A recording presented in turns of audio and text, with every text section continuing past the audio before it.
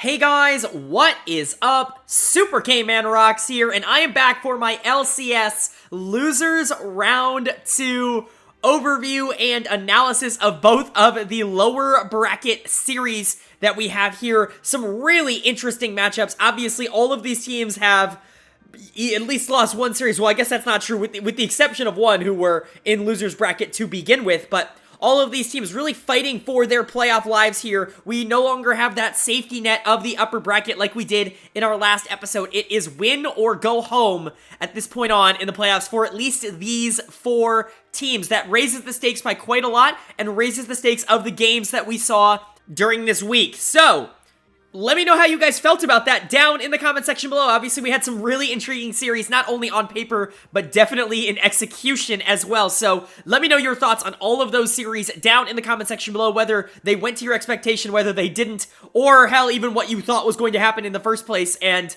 you know, who surprised you the most. All that stuff, I love hearing from you guys down in the comment section below. Let me know all of that there, but let's not waste too much time. Let's go ahead and get right into our series here. Now, we're going to be covering both of the lower bracket series here, and I'm going to be starting it off with the first of the two, the matchup between the 3 seed and the 4 seed. The number 3 seeded Team Liquid taking on the number 4 seeded Counter Logic Gaming. A very intriguing matchup between two teams that really kind of are on opposite trajectories. Team Liquid, obviously one of the highest budgeted rosters in the league. A team that pretty much everybody expected to be near the top of the standings throughout the entire year. And at times they showed it, at times they didn't. It was really the inconsistency with this team, whether it was going 1-1 every single week, winning a game by a lot and then losing a game by a lot, or not really having any consistency on beating a lot of the lower teams or the mid-tier teams. Team Liquid really never showed the ability to dominate in the way that we wanted to with this roster. CLG, on the other hand, kind of comes in here with a little bit of a chip on their shoulder, obviously over-exceeding expectations a considerable amount going into this series, and just in general in this season, because this is a team that I think a lot of people didn't even predict to make the playoffs, and here they are as the number 4 seed. They do lose their series to Cloud9, a very close series, and they are narrowly able to get past the number 8 seeded Golden Guardians, a difficult series there as well. So both of these teams kind of coming into it with a lot of playoff experience already. Team Liquid just going to 5 games with 100 Thieves. CLG already having played 10 games in the playoffs through 2 series. So a lot of games under their belt. It's interesting to see how this will go. So let's go ahead and see how it goes as we jump into our game number 1. And game number 1 was a CLG victory. Huge win in game number 1. Game 1 is one of the most important games of the series. I always say 1, 3, and then obviously 5 are the important ones. You can afford to lose 2 and 4 in most scenarios as long as you have the others on lock. And game number 1 goes the way of CLG. And that's huge for CLG. Obviously, momentum in the series is going to be a big deal, and boy, did they earn this win. Gotta point out Big Dokes in the top lane. He got ganked probably like 47 times in this game on the Aatrox. Clearly, they wanted to invest into this Jax pick from Whippo, and they wanted to try and get that side lane online so that they can try to 4v4 with the Seraphine and the Vi to be able to get on the Zeri in the late game, hopefully just creating a situation where the Galio really can't be that much of a shield for the backline as much as he would want to be. But Doko just played it better. Like, he was just straight up better in this game. He's going to get my player of the game in game number 1 here. Obviously, he's been a huge upgrade to CLG this split, coming in for Jenkins, who at the beginning of the year was fine, but Doko really has been a good top laner for them. And his aggressive style, I think, sometimes can put him in trouble. It can sometimes be a huge blessing. Obviously, Whippo, as we know, the king of the ego picks here in North America. I talk about that all the time on this channel, and he pulls out another one here. He goes for the counter pick. Jax trying to take advantage of the Aatrox's inability to side lane nearly as well as he wants to team fight in the late game. Unfortunately for Whippo, even with investment into the top lane from Santorin, from Bjergsen, hell, even from Core JJ, he cannot generate any sort of lead. Doko plays those ganks basically perfectly and gets a ginormous lead in the process, 2v1ing in the early game, and then basically calling in reinforcements on a 3v1 later in the game as well. Basically, just a perfect game from Dokla. You can't ask anything more from your top laner. He played it about as well as he could, and it's a very notable player of the game for him. Want to give a big shout out to Palafox in this game as well on the Galio, a pick we're really not seeing all that much across the world, but I really don't see why. I think in certain scenarios he can be really interesting. I do like his matchup relatively into something like the Sylas, which is obviously extremely popular and extremely strong right now. I think the Galio does relatively well into that. Sylas has a hard time generating a lot of leads on Galio, and maybe he does have an easier time, like, actively roaming to plays, but Galio can fix that as soon as he hits 6, so it's really not all that much of a problem, and obviously the supportive versatility that Galio gives you in the mid lane is equal to pretty much anything else that you're going to be getting from a Sylas, from a Lissandra, from a Taliyah, anything else that's more of that supportive style in that mid lane position. If you're going to go for something like that, I honestly think the Galio is kind of an okay pick right now, and it's really cool to see CLG pull that out in game number 1, and for it to work so well. Those ultimates were clutch, and obviously the taunts are absolutely huge. That champion is just really, really good from ahead.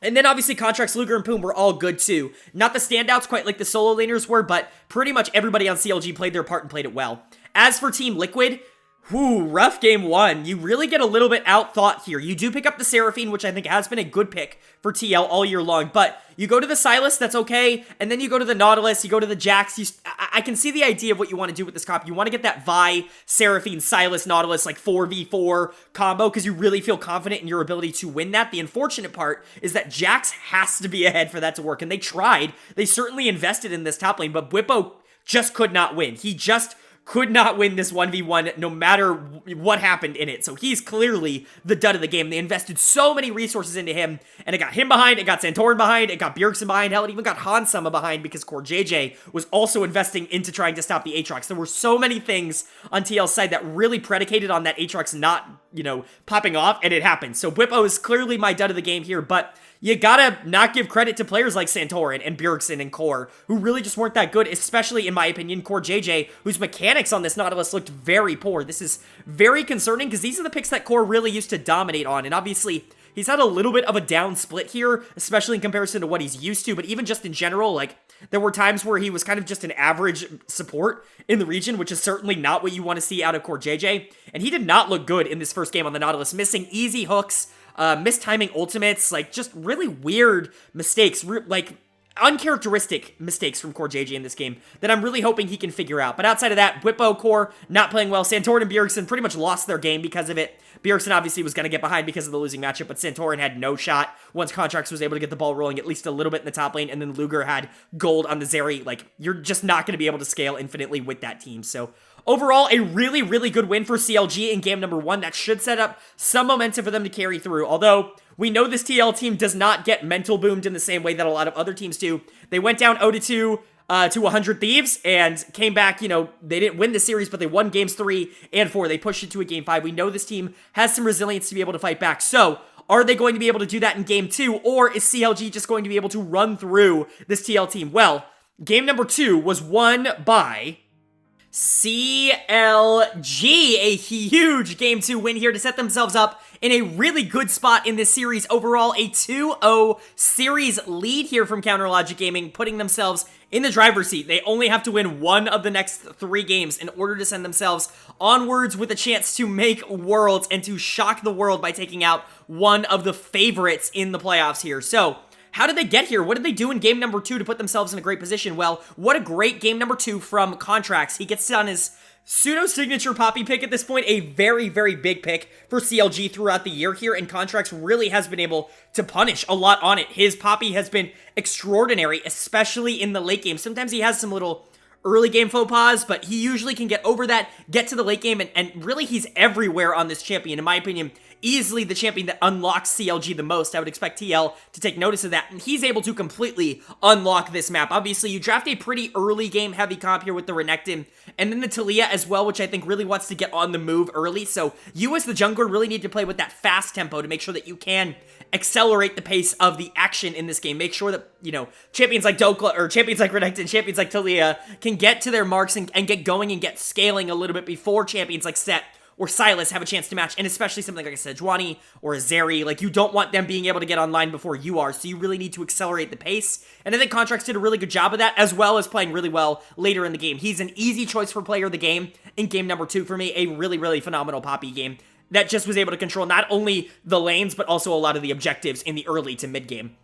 But also, big credit here to Palafox. Obviously, on the Taliyah, another pick that I think again, like at some point, I think we lost sight of the fact that Taliyah is really freaking good right now. We've been seeing a lot of teams start to deprioritize the Taliyah pick, and I really don't understand why. She offers a little bit of everything that you want in the current meta. Not only is she a very versatile, supportive style mage that can roam anywhere on the map, has basically a global that she can get anywhere, reposition anywhere, and, create a lot of division in these choke point team fights, but she can do damage. It's not like she doesn't hurt, and so Contract's kind of investing into this mid lane here, making sure Palafox, whatever play he goes to, can make a big impact. A lot of times going to that top lane very, very much works out. Palafox is set up in this position where not only he is able to impact a lot of the map, but he's also able to do a lot of damage when he gets there, and so very, very interesting spot. Obviously, the Sivir starts to scale up as well with the Lulu to cause a little bit of assistance. And then even if Renekton doesn't get extremely ahead in this top lane, they're able to punish Bwipo over and over and over again, enough to the point where the Renekton is going to be significantly more useful than that set in the late game. So honestly, just a really good game from CLG overall. Contracts and Palafox kind of being the central focuses of it, but everybody playing a little bit of their part. I just really want to commend Contracts for his brilliant pathing and his mastery of this Poppy champion. As for Team Liquid, another loss here. You go down 0-2. This isn't the end of the world. I said it in the previous game. You've gone down 0-2 in the playoffs before. You were able to fight your way back in games number 3 and 4 against 100 Thieves. Are you going to be able to do the same against CLG and actually close it out? It's going to be an interesting story. But in this game, man, the same problems keep rearing their head up over and over again. While Santorin and Bjergsen aren't being exceptionally great, I actually do think Santorin is at least trying here on the Sejuani. He's just into a little bit of a difficult matchup into the Poppy. Bwipo, Hans, and Core really just aren't living up to their billing in this series. Hans and Core continuously put in spots where they're getting caught out, noticeably out of position. Obviously, you blame that mostly on Hans, because Core is most of the time just attached to Hans and making sure that he can play safe, but Hans continuously caught out, continuously, no vision, overextended, over-aggressive, and he gets punished for it a lot in this game, and that's happened quite a bit this year. Those two have really been a rocky bot lane. They've never really found the connection that I think a lot of people expected with arguably the two best players in their positions in the West last year kind of coming together on one team. They've both very much downgraded in terms of their play, and I think that was really noticeable here in Game 2. And then the dud of the game, Bwipo, another ego pick, another non-meta, non-real traditional pick that he's like, I'm gonna stomp on it. And then he gets completely obliterated on it. Another bad game from Bwipo, another dud of the game. Both of the first two games, Bwipo is dud of the game, and both of the times, really, he was in the winning matchup. I think you can make a realistic case that Set does beat Renekton, but quite frankly, he just doesn't play the matchup all that well. In Game 1, I think you can make a real case that Jax, in certain scenarios, is significantly more useful in the grand scheme of things than Aatrox, but he just gets obliterated even with help in the matchup. It's really, really astounding that Bwipo has fallen off of a cliff so hard in these playoffs. He tries to go to these unique counter picks, and they are just not working. I really think he needs to settle in on some of the more meta stuff. Maybe just take his mind off of having to carry the game, having to be the guy. Just go play a tank. Go play an Ornn. Go play a Sedge. Don't worry about it. You can figure it out from that point on. But, actually what is happening right now is not working. And I don't expect to see more of these crazy picks from him in the series. And if they do, I'm very worried about Team Liquid, because every single time he pulls this out, it feels like it's detrimental to the team as a whole. So that's my analysis of Team Liquid. Obviously, the series isn't over. You're down 0-2. You're going to have to win all 3 in a row now, which is a really tough predicament. But we've seen teams in this playoff already do it. We saw Fnatic Excel. We saw TES JDG. We've seen teams reverse sweep multiple times in pretty much every region so far this split. It is definitely something that is possible, and Team Liquid definitely is talented enough to do it, but they got to start now. They have to get their shit together in game number 3, and it's got to be good, because there is no more room for mistakes. There are no more room for ego picks, and there are no more room for underperforming. There's no more room for underperforming. So that's it. TL's better step up or step aside, and that we're going to have to see if they can do that in game number 3. Game number 3, an incredibly integral one here, as obviously TL don't win, they're going home. So, can TL pull it out in game number 3, or will CLG solidify their spot for a chance to play for that last world seed later this week with a big sweep? That would be absolutely huge for their momentum. Well, the winner of game number 3 is Team Liquid. They are able to take game number 3 and keep their playoff hopes alive, at least for one more game. Now, Definitely a pretty commanding win here. Not something that I would consider all that in doubt really at any point in the game. Very similar to CLG's first 2 games in that fact, where it really felt like CLG had full control of both of the first 2 games. TL definitely had control here of game number 3, and a lot of that was because of Santorin. And you gotta give a lot of credit to Santorin. Obviously, I think there are a lot of things that you could criticize him for over the course of the season, but in terms of being like the most consistent player on Team Liquid, it's either him or Bjergsen over the course of the year. Bwipo, Hans, and Core have certainly had their moments where they have not lived up to what they've been expecting. And I know a lot of people talk a lot of shit on Bjerg, and so if you want to be, you know, a little bit more of the, I assume the more public perception is that Santorin has kind of been the one guiding TL through a majority of the season, and I can honestly see where they get that narrative from, because he really is kind of the glue piece that keeps everything together on this Team Liquid team. A great game from him in game number 3 on the Vi. Definitely could get a little bit overextended at points, but on the Vi, that's kind of your job, especially with this team comp where you've got Nazir, Sivir backline, and you've got the Lulu already, and the Ornn potentially to peel even more. After that, you've already got a lot of protection for them. Your job is to go in, make sure that this Xin Zhao, that this Zeri, that this Akali can't really take over the fights in the way that they're going to want to, and he did that really well in the late game, but you gotta give him a lot of credit in the early game for making sure that all of these lanes went significantly better. We talk about a lane that has been disastrous for TL in this series so far, the top lane. Bwipo finally gets put on a meta champion that can play aggressive and passive and doesn't have to be the focal point all the time. And he doesn't die, not a single time. He doesn't feel like he has to overextend. He doesn't feel like he has to carry the game. And he plays really, really well on the Ornn in this one. A really, really good game from Bwipo. Santorin does a really good job of enabling that lane, making sure that the Renekton on Dokla isn't nearly as effective as it was in game number 2. And he's also able to make sure that Hans Sama is able to get into a position as the Sivir where the late game team fighting is going to go in favor of Team Liquid. Santorin does so much work in the early to mid game to make sure that all 3 of his lanes generate leads, and he's able to secure a significant amount of objectives. And even when he's not, he's trading them for towers, right? He's trading dragons for towers, he's trading herald for towers, things like that. He just does a great job of managing this group of players and really accentuating their strengths. And I think for that, he was an easy choice for player of the game here in game number 3. Team Liquid very much owes him for this performance, but you gotta give a lot of credit to everybody else. Everybody else did hold up their end of the bargain. A little bit of a different team comp here, obviously. Ornn in the top lane for Bwipo, not normal. Bjergsen kind of going back to Azir, this late game carry champion, kind of going off of the more supportive style that we've seen him on all year long. That's different. Hans Sama and Core, while the Sivir's pretty normal for Hans, Core on an Enchanter, that's something we've been worried about all year. It's something that has never really felt like Core JJ's playstyle. He's always been the engager guy, but you saw the Nautilus in game number 1.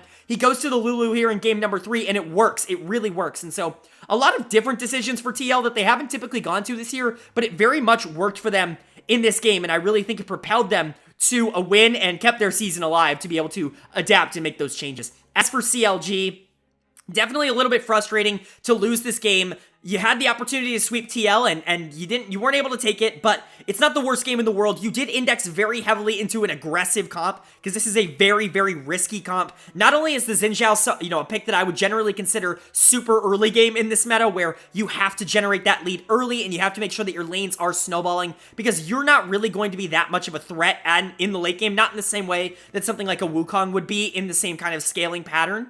And then you also draft the Renekton, how you even draft the Akali in the mid lane. Obviously, Palafox's signature Akali in the mid lane, but both of those picks really need to get ahead in this meta to be able to snowball out of control. It's really up to Contracts to be able to generate a lot of those leads. He's got to be more active than Santorin, and he's got to be able to generate those, and unfortunately in this game, he's just not. Dokla often put in a lot of positions where he's caught out. Santorin does take advantage of a lot of that. Bwipo doing a good job with that as well, and he's really not able to snowball Palafox out of control, and then by the end of the game, like, Palafox has no targets to get onto to generate his own lead, because he's got an Ornn, Vi, Lulu standing in front of him. Even if he theoretically could get on the Azir or the Sivir, he's not going to be on there for very long. They have a ton of peel, and then you're just hoping and praying that Luger can win the game on Zeri, but unfortunately by that point, you did take the Sivir-Zeri handshake, which means that whichever one is going to get more fed in the early game is going to do more damage in those team fights, and unfortunately for CLG, that was Hans Sama on the Sivir in this game. While Luger was relatively effective, he was just never going to be as effective because the map state was significantly in favor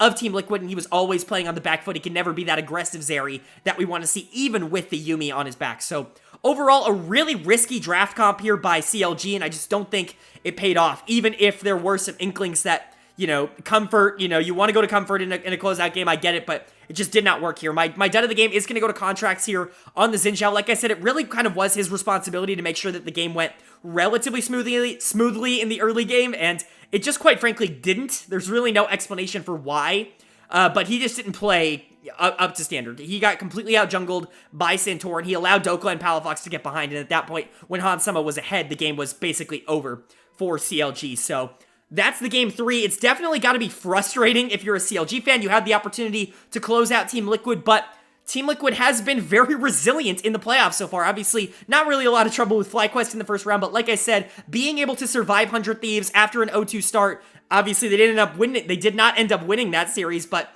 to win games 3 and game 4 in that series is a huge dub for a Team Liquid team, and it should give them the confidence that they can do a similar thing here in this series against, honestly, a worse team in CLG. They should have the confidence to be able to go out there and not only take game 4, but, theoretically convince themselves that game 5 is very possible and that this reverse sweep is on the table. So, are they able to get their mental on straight? Are they able to continue pushing forward? Or is this just a little blip on the radar? Is CLG going to be able to close out the series with confidence here in game number 4? Well, the winner of game number 4 was Team Liquid. They are actually able to do it. They pick up the game 4 win and they send us to another game 5. That has been a repeating trend throughout these playoffs, and Team Liquid obviously showing their resilience not only in this series but just in general to come back from down 0-2 again to force another game 5 in back-to-back series, and they do it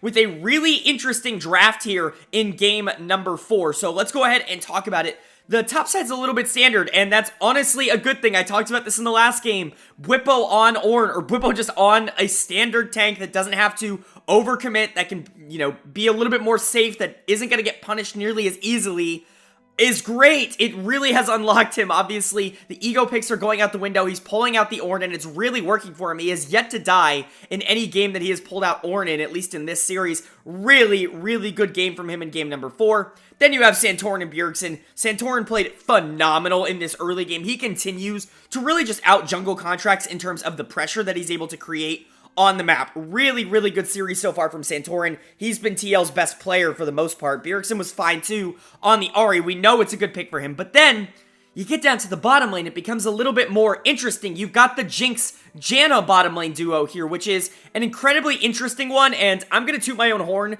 just a little bit here. I've been talking for a while, if you follow this channel, about how I think Janna is significantly underrated in this meta. I think she really has a lot of potential to be a super good support pick, because she kind of does the best of both worlds when it comes to, the enchanters and kind of the engagers that are good right now, where she can have a lot of CC. That Q is actually super underrated, but the Zephyr, the ultimate, they're all still very good abilities. Obviously, the shielding is phenomenal for Janna, and so I just didn't really understand why we were seeing so much Lulu and so much Yuumi, and then they would get banned out and be like, no more enchanters, no Janna, no Soraka. I'm really glad to see a team picking it up, but I'm definitely surprised to see that team being Liquid here in the playoffs, because it's Core JJ. He is not necessarily known for his enchanter picks. In fact, that's something we've criticized him for a majority of the split, is the fact that really in terms of enchanters versus engagers, he's always been the more roam, engage style support. He wants to pull out things like the Nautilus, but we were seeing him be a little bit less proactive on them in game 1, and so I can see him wanting to go to more of that enchanter mindset. He pulls out the Janna here, and he really pulls it off, so much so that I'm going to give Core JJ my player of the game here for game number 4. It was really astounding the amount that he was able to do on this Janna, whether it be keeping the Jinx alive at all these teamfights towards the back half of the game, and we'll get to Hansama, or in lane. Like, Janna has so much pressure, not only with the Zephyr damage because it's point and click, but the CC that she can create with her Q. I think people really underestimate it because the Tornado has the propensity to miss, right? You have to set it up. But when you hit it, it's a good CC ability that really does allow for a lot of different types of engages. So overall, I think Janna is incredibly slept on, and I'm really, really happy to see someone pull it out in a win or go home scenario. Just shocking that it's Core JJ, especially with the circumstances surrounding it. But you gotta give a lot of credit to Hansama as well, who was kind of the damage carry towards the back half of this game. Obviously, Core played really well to generate that lead in the early game, making sure that Contracts and Palafox were always put off guard if he ever needed to roam. Hans really capitalized on a lot of those objective fights towards the beginning of the game, really generating a nice lead for himself. And obviously, we've seen Jinx get repeatedly nerfed over the past few months, but she's still in a spot where if she's ahead in gold, she still is a very dangerous hyper carry in the late game. Not necessarily to the same extent that something like a Sivir is, mostly because it's much more difficult, I think, for Jinx to be able to generate that lead, but we can still see Jinx take over games from ahead. And with the support of a Janna, with the support of a Trundle, the Ornn in the top lane, hell, even an Ahri Charm to really set up some plays, Jinx was really in a great position in this game to be able to capitalize on all that. But also, I already said it, but big credit to Santorin. He really has been TL's best player in this series. He continues to kind of be the rock that this team flows through. If he is generating advantages in the early game, TL's often put in a pretty good spot because this team does fight really well in the late game from even. They just have to get there typically.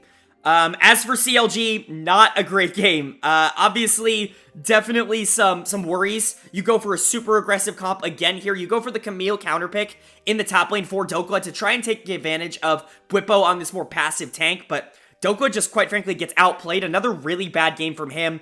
After game 1, where he was really good on that Aatrox, he absorbed a lot of pressure. He's gotten worse every single game in this series now, leading up to game number 4, where he's going to be my dud of the game.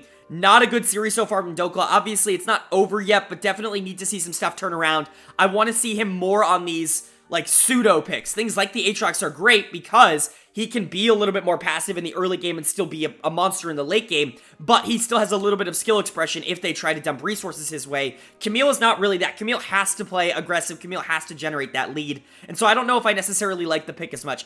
You also have Contracts and Palafox, quite frankly, just getting outplayed. Contracts getting hugely out-jungled here by Santorin, and Palafox just not being all that good or all that impactful on the Azir.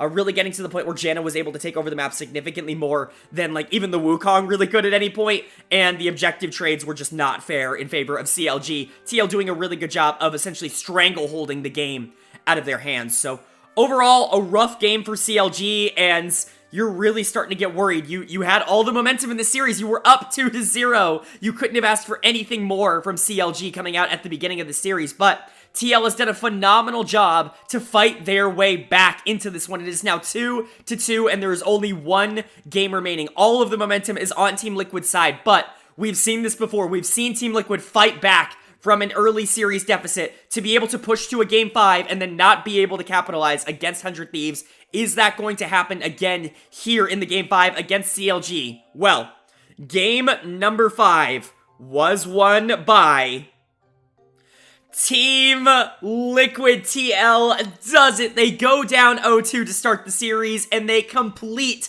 the reverse sweep on CLG. CLG fans are absolutely shattered right now. Someone got too excited, and they deserve to be excommunicated from the entire fandom, because CLG unfortunately could not hang on to the ginormous lead that they were able to generate by themselves in this series. TL does a great job in game 3 to rebound, a really good game in game 4, and they close it out here in game number 5. A super fun series, even if at the end of the day, like, none of the games were all that close. It was still a very, very, very fun series. Obviously, reverse sweeps are fun in general, but I think the LCS playoffs this year have been genuinely fantastic. Let's talk about what Team Liquid did right in this game number 5. Well, I'll say at the start, both teams really showing that they want to go to comfort in a situation like this. Pretty much every player on this team is bringing out a pocket pick of some sort, both on Team Liquid and on CLG. You've got Bwipo on the Aatrox, obviously something he played a ton of in years past. You have Santorin on the Sedge, something he's played a lot of. Bjergsen and Zilean, I don't need to tell you that. And Core on the Lulu, which is a pick that they've gone to over and over and over again throughout this year. And then for CLG, really building around that Akali Yone solo lane duo that they've kind of pivoted towards in a lot of crucial high pressure games. This split, as well as going to the Poppy, they love going to the Zeri Renata in the bot lane. Really, both teams getting exactly what they want in this game for the most part. Unfortunately for CLG, I think TL's comp is actually a pretty big counter pick to what CLG is trying to do. They picked this comp that really wants to duel and be aggressive and try to fight, but You've got the Zillion, you've got the Lulu ult, you've got Jinx firing on the back, you've got Aatrox flanks, Sejuani frontlining. You have so many problems to deal with on the side of Team Liquid that something like an Akali just really doesn't have all that many options, because she goes in to assassinate someone and Zillion just ults them. They don't actually die. Dokla can't really get on top of everyone because they're not going to be all settled in one position, especially if Whippo plays the team fights well. And you really don't have a lot of space for the Renata ult to be a huge problem. So I can see where this could possibly go wrong for CLG, and unfortunately for them, it did go wrong. It went as wrong as they, could have anticipated here. Gotta give a lot of credit to Santorin. Not only was he the best player throughout the series, and I guess I'll spoil it now, he was easy choice for player of the series in this one, but he was player of the game here in game number 5. A phenomenal series from Santorin. In all 3 of their wins, he absolutely decimated the jungle matchup, really just outplayed Contracts, really with no exceptions, and you gotta give him a lot of credit for that. He gets to play the Sejuani here in game number 5. A matchup that I think is relatively even into the Poppy. The Poppy should have an early advantage in terms of the pressure that she can create and be able to snowball the game out of control from there, but Sejuani just scales so well, and if you are proactive early as a jungler, if you know where you need to be as that Sedge, we're seeing a lot of good players be able to play her aggressive early because their pathing is strong, and I think Santorin definitely falls into that category. Obviously, you have Bjergsen on his signature Zillion pick. He plays it phenomenal. That revive is absolutely absurd, and also the speed up. I think people really underestimate how good giving a mini Sivir ult to people is, and he was really crucial in this game. Those double bombs always landing, the speed up's great, the revive is phenomenal, the extra XP, pretty much everything that Zillion gives you is absolutely absurd, and if you have someone who can pilot it in a good way, like Bjergsen, like Jensen, as we know in this playoffs, like, it's a golden ticket right now. It's a very, very good mid laner that is honestly a good matchup into something like the Akali. And then you have the carry in the bot lane. You have Hans Sama to be able to take a lot of the gold that Santorin and Bjergsen are able to dish out. Hell, even Core JJ played really well in this game. Honestly, TL just controlled the pace of the map, made sure that the Jinx was in a good position to carry, and then finish things off. Really, really, really impressed with what this team was able to do here in game number 5. As for CLG, this is a rough way to go out. Obviously, your season is now officially over. You have been eliminated from playoffs. You have been eliminated from Worlds contention. You had it in your fingertips. You were up 2-0 in the series, and you couldn't close it out in any of the final 3 games. But it's not the worst thing in the world. You do go to Comfort here, and unfortunately, it really just does not work. Like I said, Yone Akali, a huge pick for the CLG team throughout the year. Dokla's big pick is the Yone generally, and Palafox, obviously, his best champion is the Akali. So they've been going to this quite a lot, but I mean, the TL clearly was prepared for it. They knew how to play against it for sure.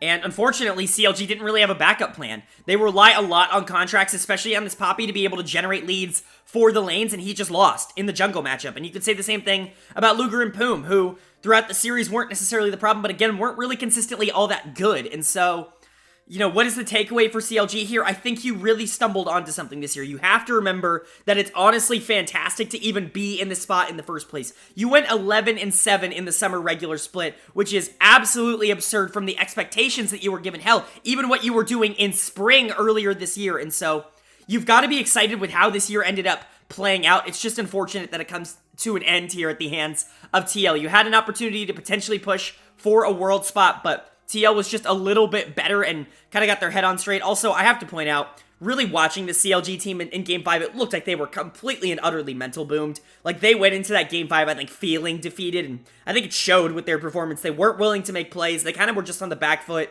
Obviously, losing Games 3 and 4 can be a problem, but an experience like this could be a problem with a little bit of a veteran team that you have here with CLG. A lot of young players that aren't necessarily as experienced in these high-pressure scenarios. You have to be able to keep your head on straight in scenarios like that, and unfortunately, CLG just looked like they were completely boomed by the 5th game, which is never what you want to see. TL had all the momentum, and they carried that into a Game 5 win. But yeah, for CLG, I hope the core sticks together. I really, really like what they were able to accomplish this year, and I think this team can continue to grow. Obviously, we saw a lot of development out of players like Dokla, players like Contracts, Palafox. Hell, even Luger and Poom, I think, got a ton better throughout the split, and so I would run it back, honestly, if I was CLG. I see a world in which all of these players can be relatively influential, but there are some maybe minor changes that I would consider, things like a little bit more of a consistent top laner if you don't feel like Dokla is the guy, but Dokla certainly had moments this year where, Big Dokes was absolutely massive. Hell, he basically won Game 1 in this series by himself. But that's for CLG in the offseason to figure out. I'm just here to commend what an amazing season they had and how well they overperformed expectations, even though it ends here. As for Team Liquid, their season is not yet over. They now move on into our next series, which we'll preview at the end of the video here. They're going to be playing the winner of the other series I will be covering today. And the winner of that will go on to Worlds. So their Worlds dream is still alive. Obviously, 100T and C9 have both already qualified. TL is going to be one of the teams fighting for that third Worlds spot here. It's going to be really, really interesting to see if they can get it done. They have now gone to 5 games with both 100 Thieves and with CLG. Both times, the first time, trying to reverse sweep and not really getting it accomplished.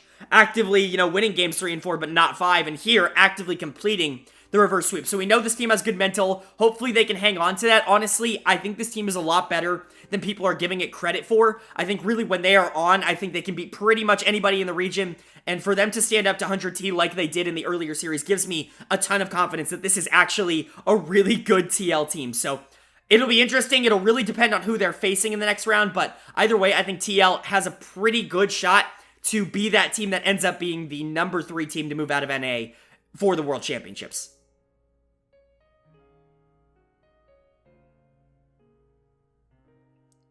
All right, with our first series out of the way here in the lower bracket round 2 of the LCS playoffs, it's time to move on to our second series. In this one, we had the 3-4 matchup before, a little bit more of a discrepancy between the seeds in this matchup, as we have the number 1 seeded Evil Geniuses team taking on the number 7 seeded Team SoloMid team. A very intriguing matchup. Obviously, EG kind of shockingly losing to Cloud9 in the upper bracket. A lot of people didn't expect them to be a team that dropped to the lower bracket as quickly as they did, but honestly, I've always been a little bit lower, I think, on this EG team than a lot of other people.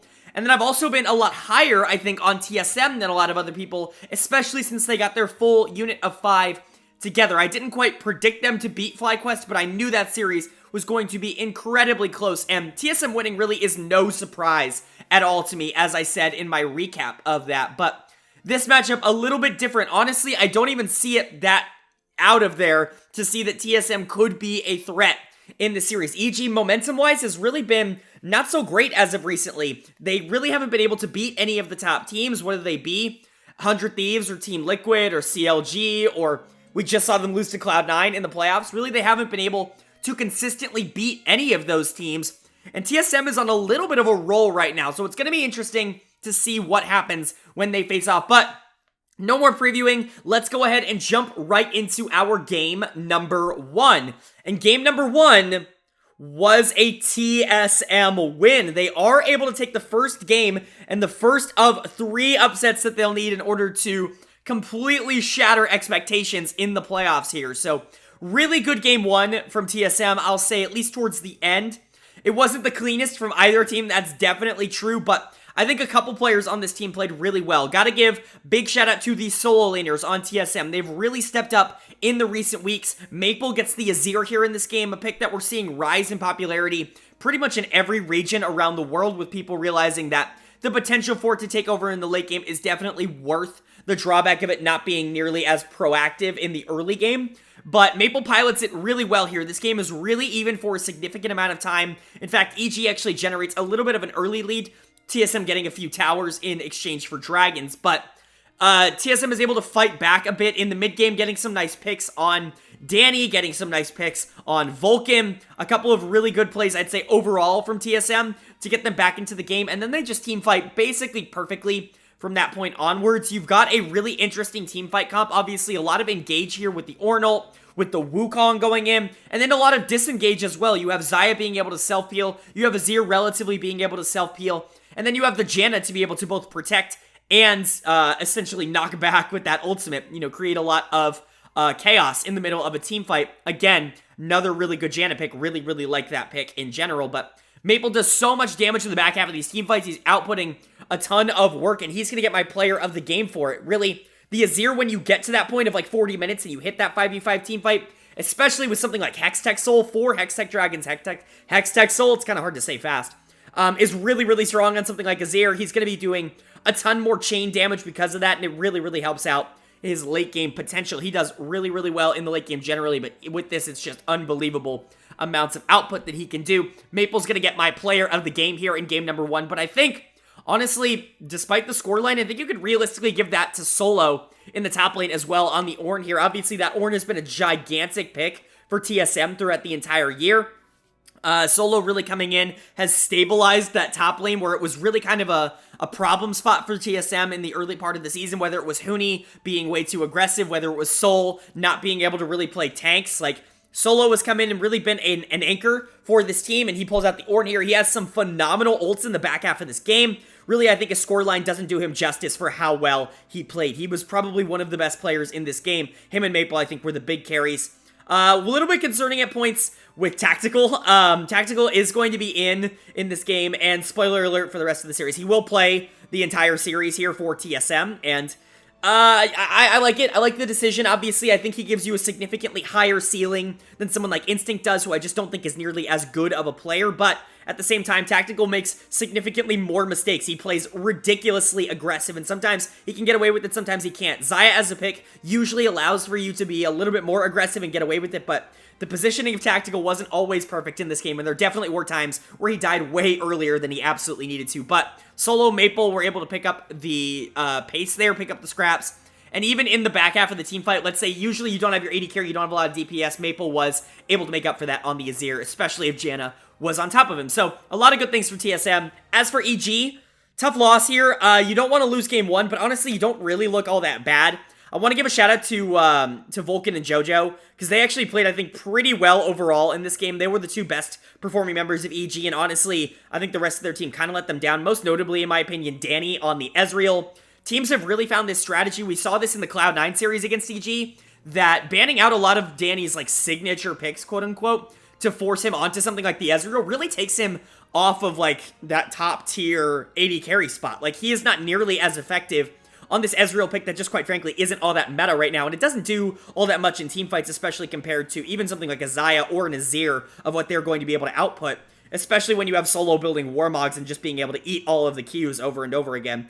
But even outside of that, Danny, as Ezreal, like, the big selling point is how safe you can play and how reliable you are in laning phases the Ezreal, but there were multiple times in this game where Danny was significantly out of position and was caught, you know, without being able to use his E and killed way before he needed to be. Both of his deaths were that. So really, really not a great game from Danny, and you really hope to see him step up in the later half of this series. EG really relies on his damage, especially when you get to these later game teamfights.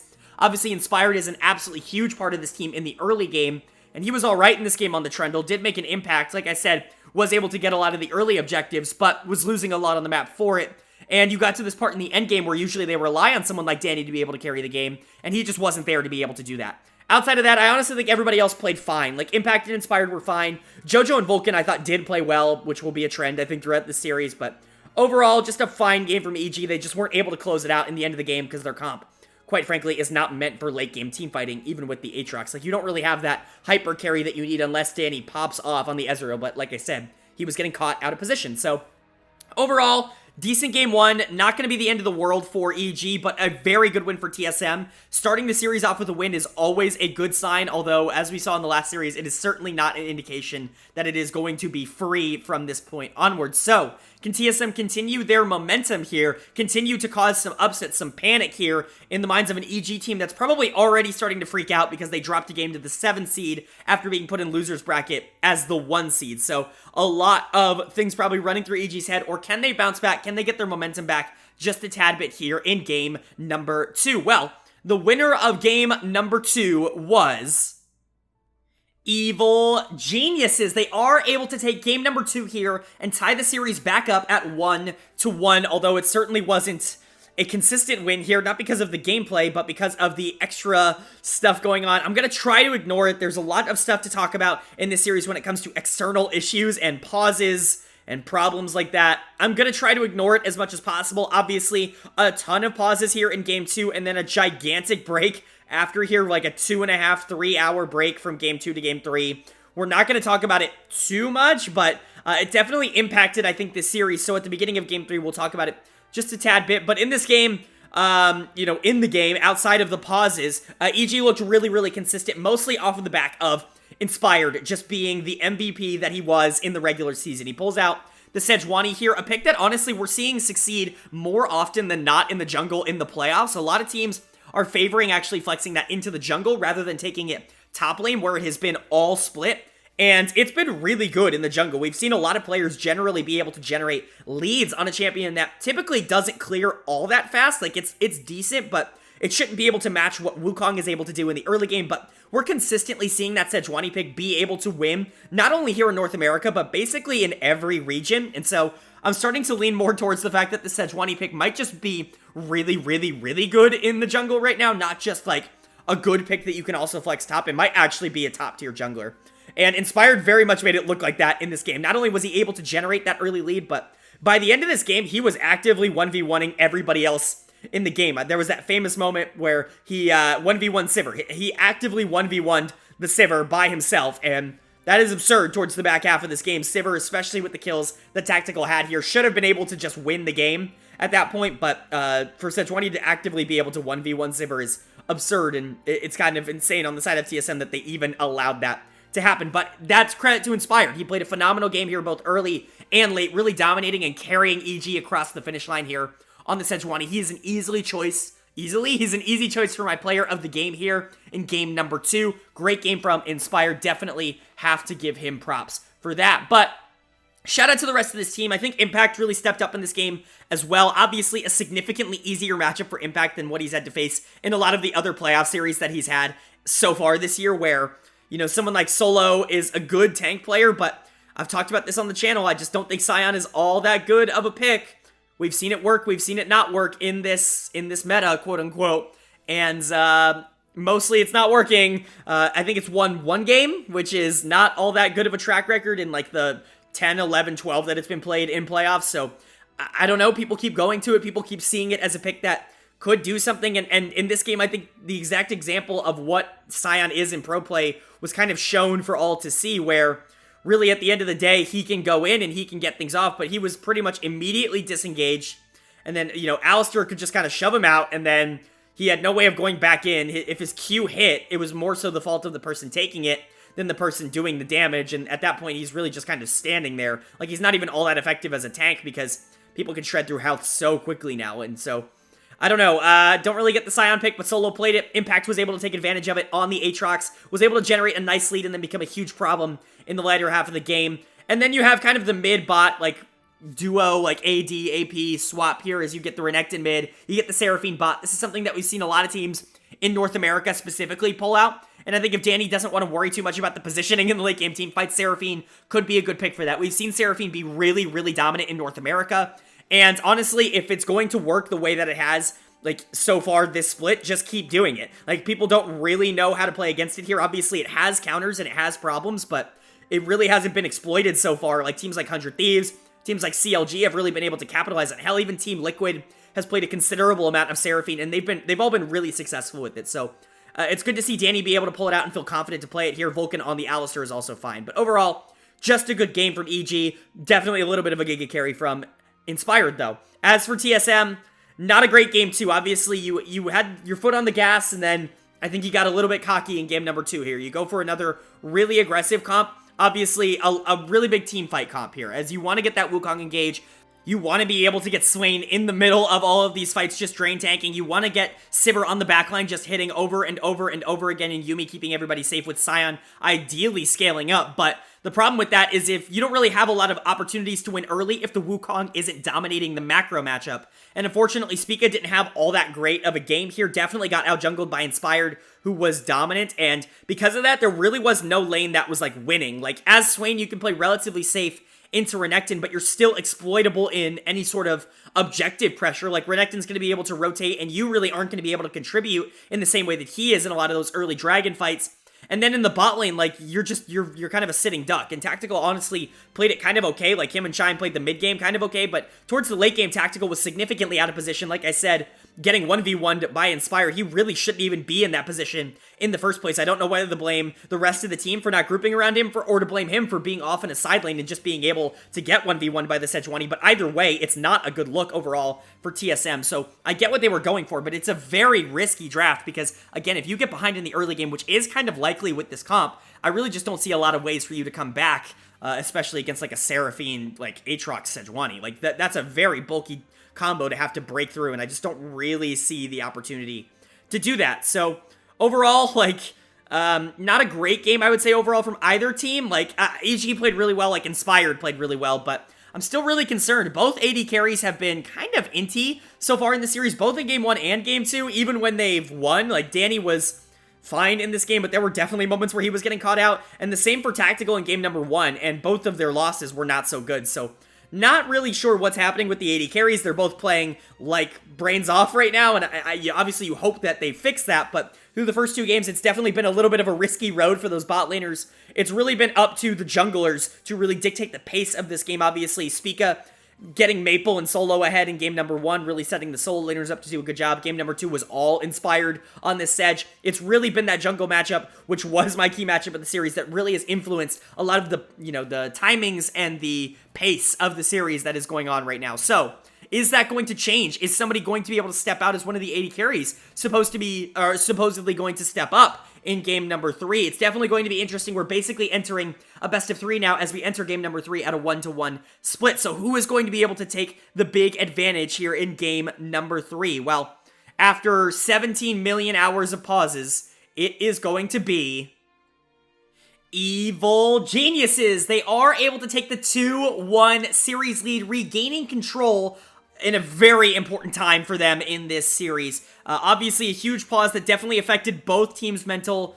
Both teams kind of bouncing back a little bit slow from it, but most especially TSM being much, much less proactive, I think, after the pause. I'm not exactly sure if that's because EG had more time to strategize and come up with an idea, or if it's because TSM just wasn't on the ball nearly as much as they were previously, but definitely this game was very much EG from beginning to end. It really wasn't all that close. And EG kind of committed a little bit of a draft faux pas, at least in my opinion. Like, something that I always talk about not going towards in these games is a super early game comp. A game where you draft Lee Sin jungle, Renekton top, and then hell, even go something like a Tahm Kench to be able to create that early pressure. You don't really have a lot of sufficient carry damage in the late game unless your Senna gets really strong, which fortunately they did. But, also fortunately for them, they just got such a huge lead in the early game from these plays, from Inspired just playing so much better than Spica in this game, from Impact being able to dominate that top lane matchup basically 1v1, and then from this bot lane just being phenomenal. I gotta give a big shout out to Danny and Vulcan, but most especially Vulcan in this game. You look at TSM's comp, you look at the Aatrox, you look at the Vi, you look at the Ahri, you look at the Rakan, they all want to dive in on the backline here. Well, unfortunately for them, the only backline piece is Senna, and Senna's super protected here by the Tahm Kench, and so really not a lot of opportunities for this dive comp to actually dive on anybody,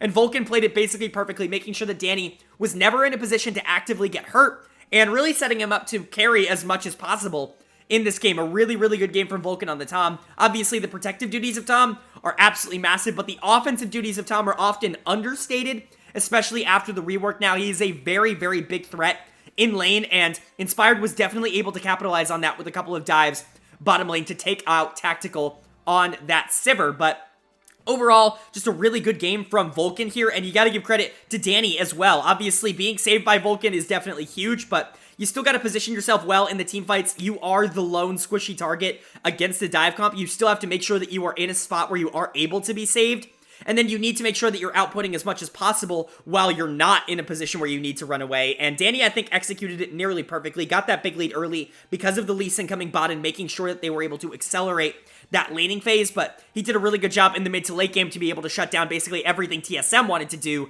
and finish the game off pretty easily. So this bot lane was really the focal point in this game for me, in this game 3 for me. Vulcan is going to get my player of the game in game number 3. He was really good in game number 1, even in their loss. Again, good in game number 2, really good game in game number 3. Vulcan has been sneakily very good. And you got to give a lot of credit, like I said, to Inspired on the Lee Sin. Sometimes this Lee Sin pick can be good, sometimes it can be really bad. We've seen some good Lee Sins, mostly because even when the damage falls off, they're still able to be incredibly useful with the ultimate, with the ability to protect in that shield.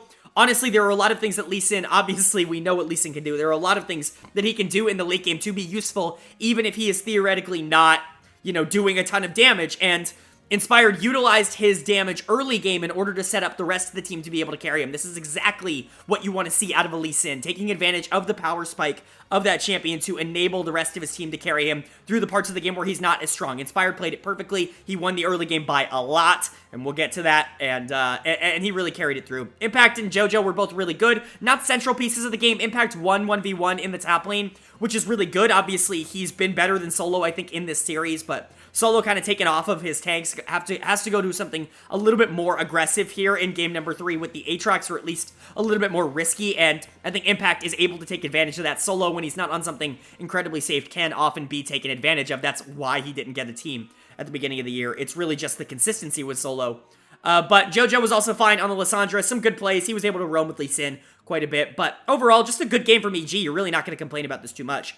As for TSM, a little bit of a rough one after the pause. Like I said, they definitely looked defeated. They definitely looked a little burnt out coming out after the pause because they made a ton of mistakes in this game. Whether it was Spica just having some awful pathing in the early game and really trying to engage on plays where there was no chance of winning in the mid game, trying to contest dragons that they had absolutely no business trying to contest. And then, by the time we get to the late game, he's given over so much gold that it's not even worth it. He's my dud of the game here in game number 3. Or it's Tactical and Chime getting completely caught out in the bottom lane, getting dove over and over again. It's hard for me to blame them, but Tactical at a lot of times in this lane was actively pushing up, was actively putting himself in a position without vision for himself to, push forward. And you just can't do that against Elise and Senatom Kent. You're going to get punished for it. And he was punished over and over again. Not a good series overall from Tactical so far. Playing really aggressive without really the extra pieces to back it up. If you're going to do that, you have to make sure you have vision. You have to make sure you're not going to be in danger. You have to do your prerequisites, and just couldn't quite do that. Solo also got completely outplayed in the top lane, which I said, but Aatrox has really never been one of his best picks, at least from what I remember of his time, like on FlyQuest and then Echo Fox and things like that. It's never really been something that he has dominated on, but it's fine here. It's fine into the Renekton, and he just couldn't quite play it. He got beat by Impact, which isn't the worst thing in the world. And then Maple, really no impact. So at the end of the day, this TSM team really was kind of disappointing in the long run. Not saying their season's over by any means, but this is a rough game 3, and obviously they look a little bit tired, a little bit mental boomed. I think some things are really going to have to go right for them in game number 4 in order for them to gain that confidence back, because game 3 was definitely a little concerning. Spica definitely has to step up. If he gets completely out-jungled like he did here in game number 3, where it really wasn't even a contest, Inspired absolutely brutalized him in this game number 3. If that happens again, they have absolutely no shot. Like I said, the jungle matchup really determines a lot in this series, and you really need, Tactical to not int. You really need him to step up, start positioning well, and be a big damage threat in these team fights. Obviously, Maple, I think, played well through the first couple games, but not really all that much of an impact here on the Ahri. Gets counterpicked by the Lissandra in game number 3 and really can't take over the map in that same way. You really need someone to step up and be that guy. Is it going to be Spica? Is it going to be Tactical? Is it going to be Maple? It's going to be one of those 3, and you need at least one of them to step up. So you're really hoping you can get that out of them in game number 4. For EG, you just got to keep this going. I really like the idea of just being able to beat them early after a pause, but drafts like this are very risky. They're often something I won't recommend going to, especially in back-to-back games, because teams, when they can predict it, can just play safe early, scale up, and then ideally you're just not going to be able to do nearly as much. So EG might have another strategy up their sleeve, or if they really feel like they can dominate the early game again, I could see them going back to this. It's really about what they feel they can win on, and we're going to see what they feel they can win on in game number 4 here. Obviously, it's win or go home for TSM at this point. EG can close out the series in 4 games and move themselves on to facing Team Liquid for that final world spot, or can TSM actively keep this series alive, move it to another game 5, which it feels like every single LCS series has been 5 games, move to another game 5, and really make this something that I think a lot of people weren't expecting, which is an incredibly close series. Well, the winner of game number 4 was TSM. They are able to do it. They are able to win game number 4 here. A big bounce back from them, and they're able to push it to another game 5. I think over 70% of the series in the LCS have gone to 5 games in the playoffs so far. It's actually absurd. I know C9 CLG, both of the round 1 lower bracket series, the TL100T, and then both of the lower bracket round 2 series now as well. That's 6 for 8. That is a ridiculous percentage. 6 out of the 8 playoff series that we have gotten so far have gone 5 games, and the other 2 went 4. It's not like we've had 0 sweeps, so it's actually been a pretty incredible playoffs. If you're an LCS fan, it's been long.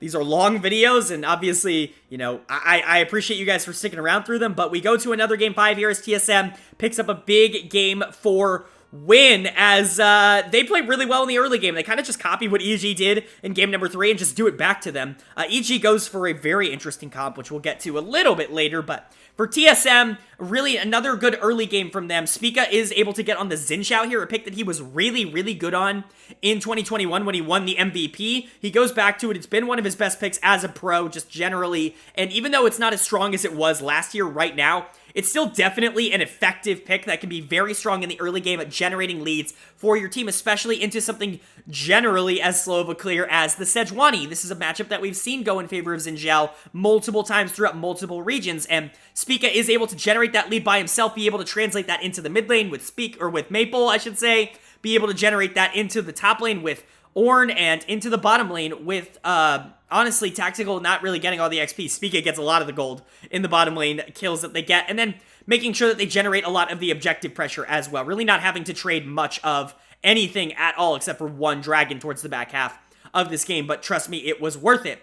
At the end of the day, TSM just played really well. Like I said, when the junglers win, like whichever jungler wins the jungle matchup early is probably going to win the game, and in this game it happened to be Spica who played phenomenal, but my player of the game is actually going to go to Maple in the mid lane. Another player of the game for him on Azir. Another really good mid game from him on the Azir. Was able to generate that lead in the mid lane basically by himself against the Yone. Obviously, Spica ended up helping him towards the mid half of this game, but he was such a proactive force at coming to these objectives and making sure that the Xin Zhao was always in a spot where they could fight and be aggressive and push the tempo and push their lead.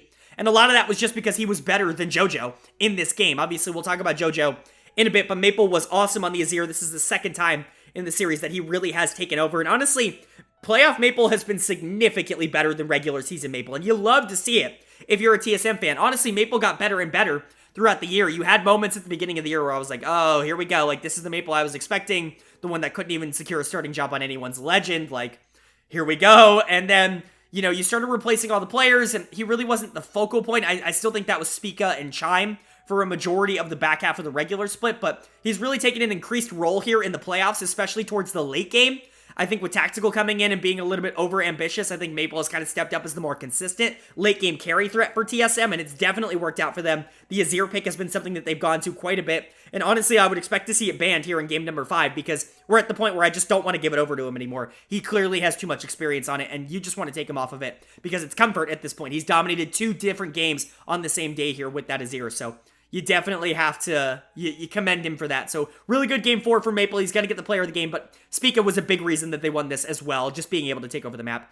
Big credit to Chime as well. A great Renata game from the TSM support. He's really been underrated as a support. I've talked about it countless times on this channel.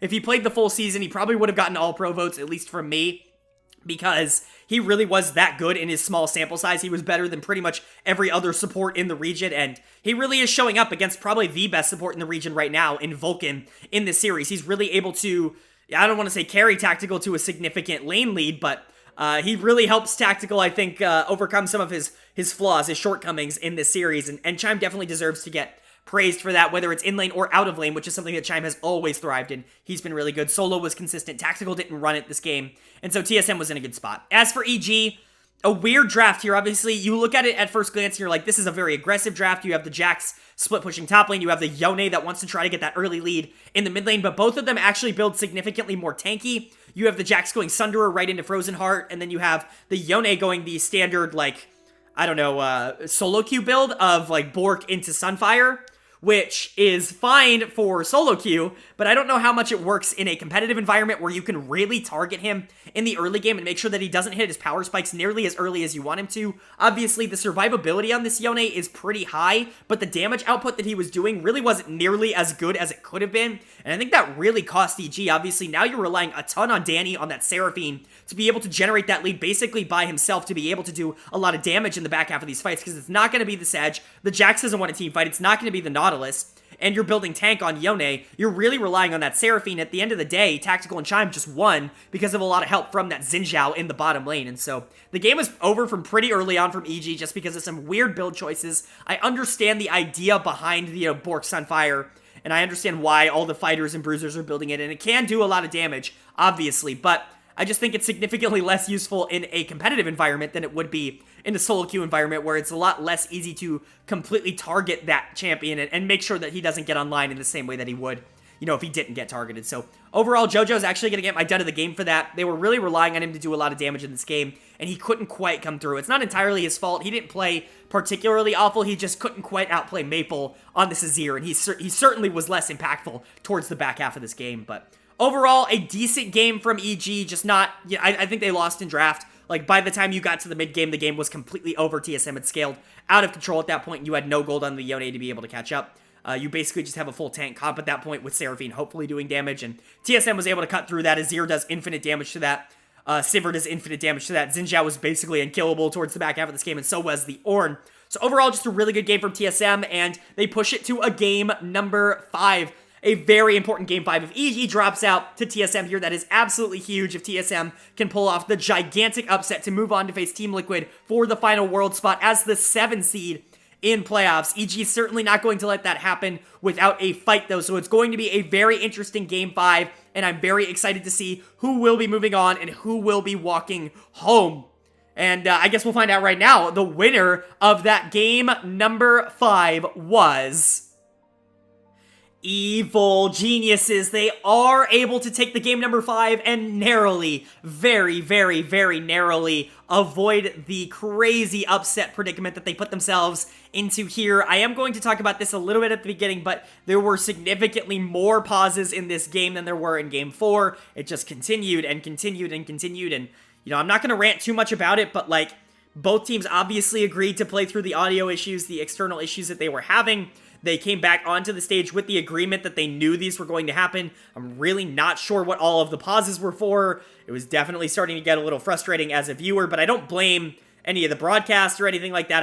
I don't really know what you're pausing for. If you know what the issue is and you both agreed to play through it, I can imagine that being very frustrating for TSM, but at the end of the day, EG was able to win this game off of, again, a really, really good early game from Inspired. He picks up the Trundle here to go into the Xin Zhao. Kind of a little bit of a counter pick here, something that I would consider Trundle favored, mostly because he does have that good early game going into Xin Zhao, but he also, scales, I think, a little bit better as that frontline tank towards the back half of the game. Xin Zhao can really only tank if he has the ultimate up. You have Impact on a little bit more of an aggressive pick here in the Aatrox in terms of being aggressive early rather than the Jax, who does need to kind of hit that scaling point before he ends up being as strong as he needs to. And then you have the Chad, Jojo Pune himself. First time pro game on Swain gets pulled out in game 5 of a win or go home playoff series, and he absolutely carries the game on it. A huge game of Swain here from Jojo. So much so that he's going to get my player of the game in game number 5 here. Really, really awesome to see him show up in the back half of this game, stealing objectives and being a huge, huge nuisance in teamfights. There was really no way for them to actively do anything to him in this game, and it was really fun to watch.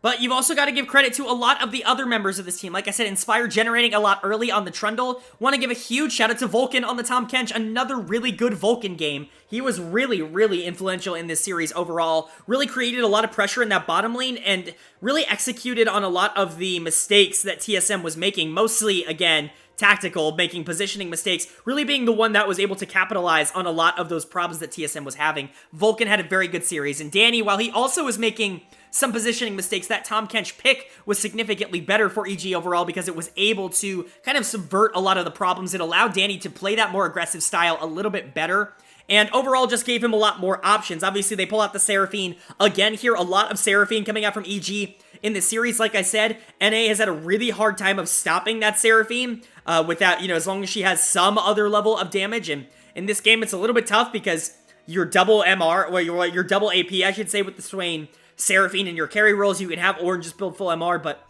it really never got to the point where Ornn could truly get online in the way that he wanted to. So overall, I thought this worked, and Vulcan really created a lot of opportunities for Danny to play more aggro so that he could just get eaten right up and put back in a safe spot, and then, it allowed Danny to do more, and it allowed JoJo to do more, it allowed Inspire to do more, it allowed Impact to do more. Basically, everybody benefited from it.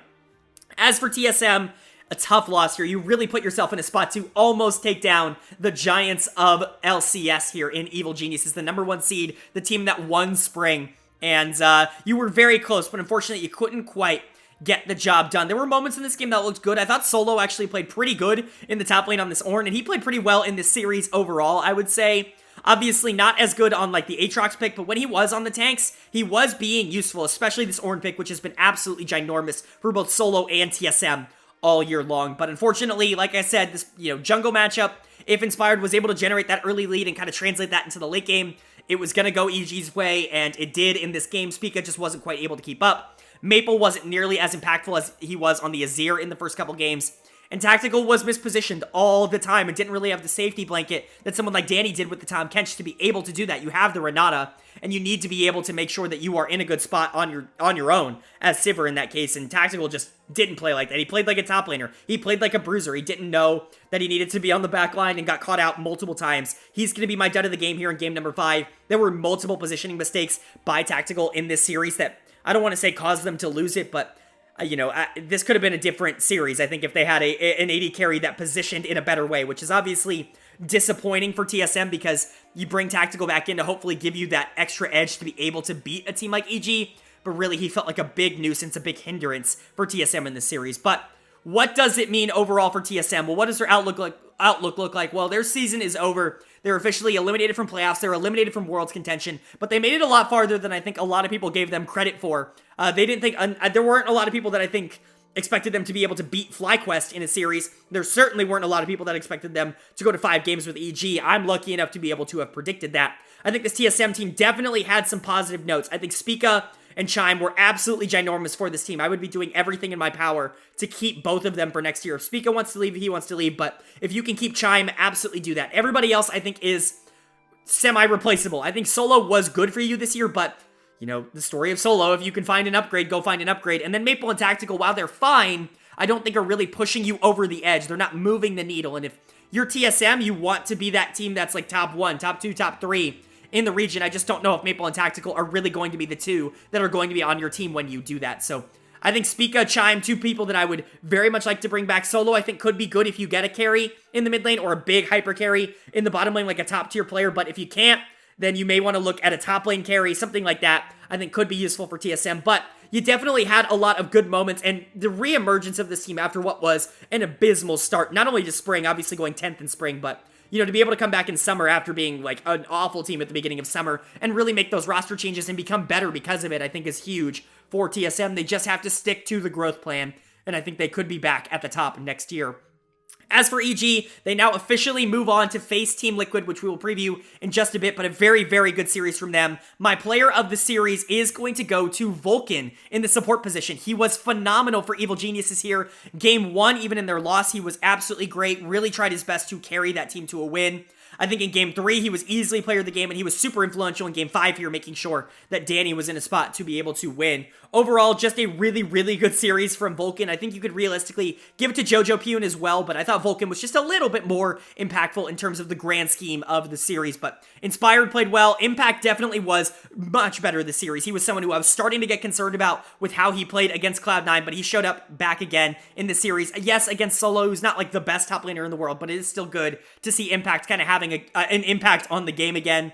And Danny, honestly, was probably the worst performing member of EG in this series. He was definitely mispositioned for a considerable amount of the early games. He definitely got better throughout the series as he got on the Seraphine, was significantly more proactive and less, more safe, I should say, less aggressive. But that's just Seraphine as a pick overall. They started going to the Tahm Kench to kind of let him do that a little bit more. And, it was fine. But overall, I think EG was good in this series. Maybe not perfect. I definitely think there is room for EG to improve, and it's going to be an interesting matchup. But they've at least set themselves up to at least fight for a shot at Worlds, which at points in this playoff run have looked a little bit out of reach for this team.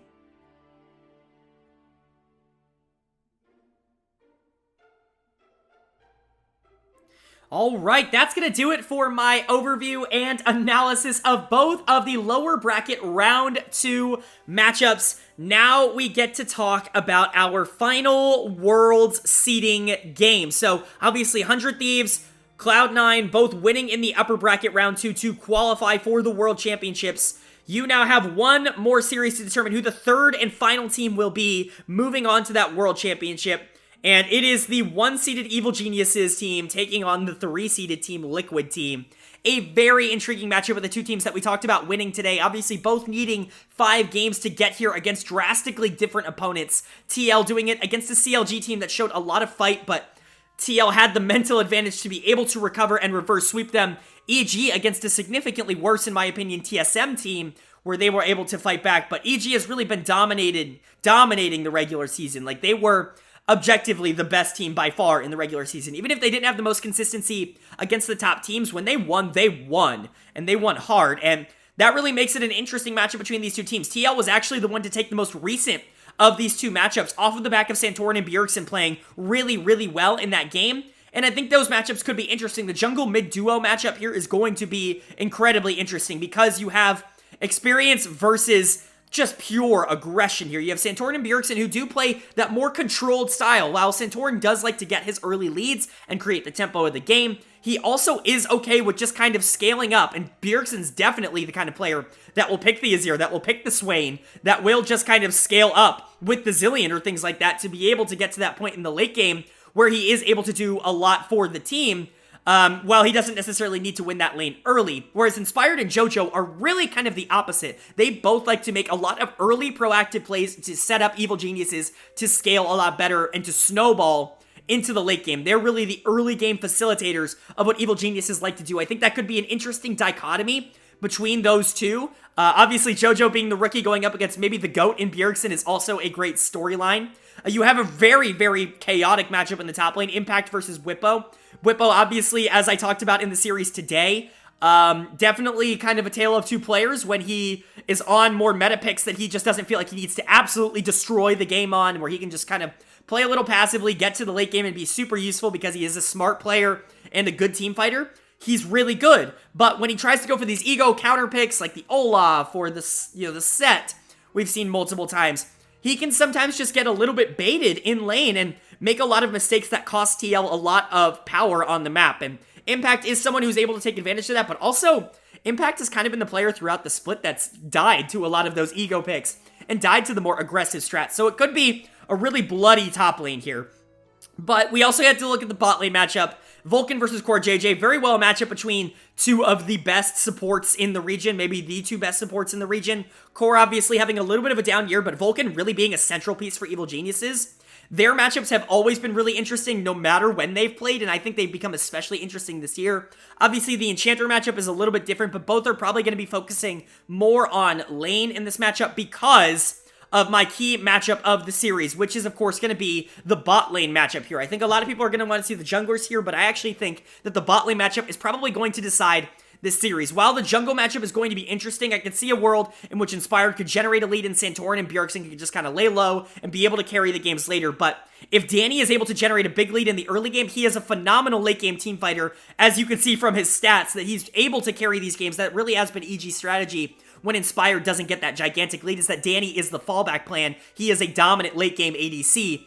And Hansama is a little bit different than that. Obviously, he also loves to scale, but the inconsistency coming out of Hansama through the first couple, just through the split in general, I should say, not the first couple series, but just all of Summer Split in general has been clear to see. Look at his numbers. Obviously, first in gold difference of 15 is great, but 8th in KP percentage, 8th in damage percentage, 6th in damage per minute. For a guy that came over as maybe the best Western ADC last year, you really expected more. He's been a lot better in the playoffs. His positioning has been better. He's been more important towards the Team Liquid team. If he can continue that form, I think this is going to be a lot more interesting. But if Danny just steamrolls over him like he did at points in the regular season, this could be a little bit easier for EG than I'm giving it credit for. Overall, I think this is going to be the key matchup for me. I think if one of these two gets really far ahead, the other is probably not going to be that much of an influence, and therefore the strategy for that team is going to be significantly more difficult. But even outside of that, this is a very, very interesting matchup between two teams that I think play very, very different contrasting styles, and I'm excited to see how those styles clash when they face each other in a best of 5 here.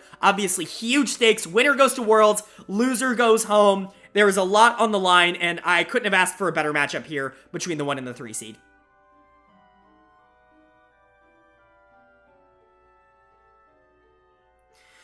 All right, that is going to do it for my overview analysis of both of the lower bracket series, my preview of the lower bracket round 3 here, EG and TL. If you want to see my preview of Cloud9 versus 100 Thieves in the upper bracket, you can go ahead and check out my round 2 upper bracket video where I do talk about that series. I preview it a little bit. I'm not going to go into depth with it here because I already did it there. You'll know my predictions and all that, but let's go ahead and get into predictions for EGTL. So I think this is going to be a really intriguing series. Like I said, it really is a contrast of styles. If EG can generate that early lead consistently, I can see a world in which they're the better team. But if TL gets to that late game, they're probably the better team fighting team, and I would expect them to be more consistent towards the back half of games. And we already know their mental is pretty good, even if they go down a little bit early. So where do I stand on the predictions in this matchup? Well, I think I'm going to disappoint a lot of people when I say I'm going to predict TL to win this series. I think they just look a little bit better than EG. EG's mental is really starting to scare me. Obviously, they do take down TSM. They don't actually fall there, but they were really looking rough in that series. And obviously, they got blasted by Cloud9, who I just don't think is as good of a team as Team Liquid. So I'm incredibly interested to see the series happen, but theoretically, Team Liquid just should be the better team here, and I would expect them to be able to take the series in 4 or 5 games. If EG won, obviously, I wouldn't be shocked, but I'm definitely planting my flag on the side of Team Liquid in these predictions, and obviously I've had a pretty good track record with predictions so far. Hopefully that continues towards the back half of these playoffs, but that's going to do it. I hope you guys enjoyed. If you did, please go ahead and leave a like. It really does let me know that you guys are enjoying the content. Let me know down in the comment section below who you guys think is going to win between both EGTL and the C900 Thieves matchup. Both are going to be very, very fun to watch, very intriguing matchups to watch with a lot of stakes on both sides. So let me know who you guys are predicting down in the comment section below. Obviously, if you want to see more of this LCS content or any content on the 4 major regions, playoffs, regional qualifiers, all that fun stuff, obviously in a couple months, Worlds, go ahead and hit that subscribe button. I'm going to be pumping out content. There's going to be 2 videos out today, 2 videos out tomorrow. I'm pumping out a ridiculous amount in these next couple days. So if you are excited, hit the subscribe button, hit the like button. It really does help out the channel a ton. But with all that being said, I hope you all are having a great day. I hope you continue to have a great day, and I will see you all later.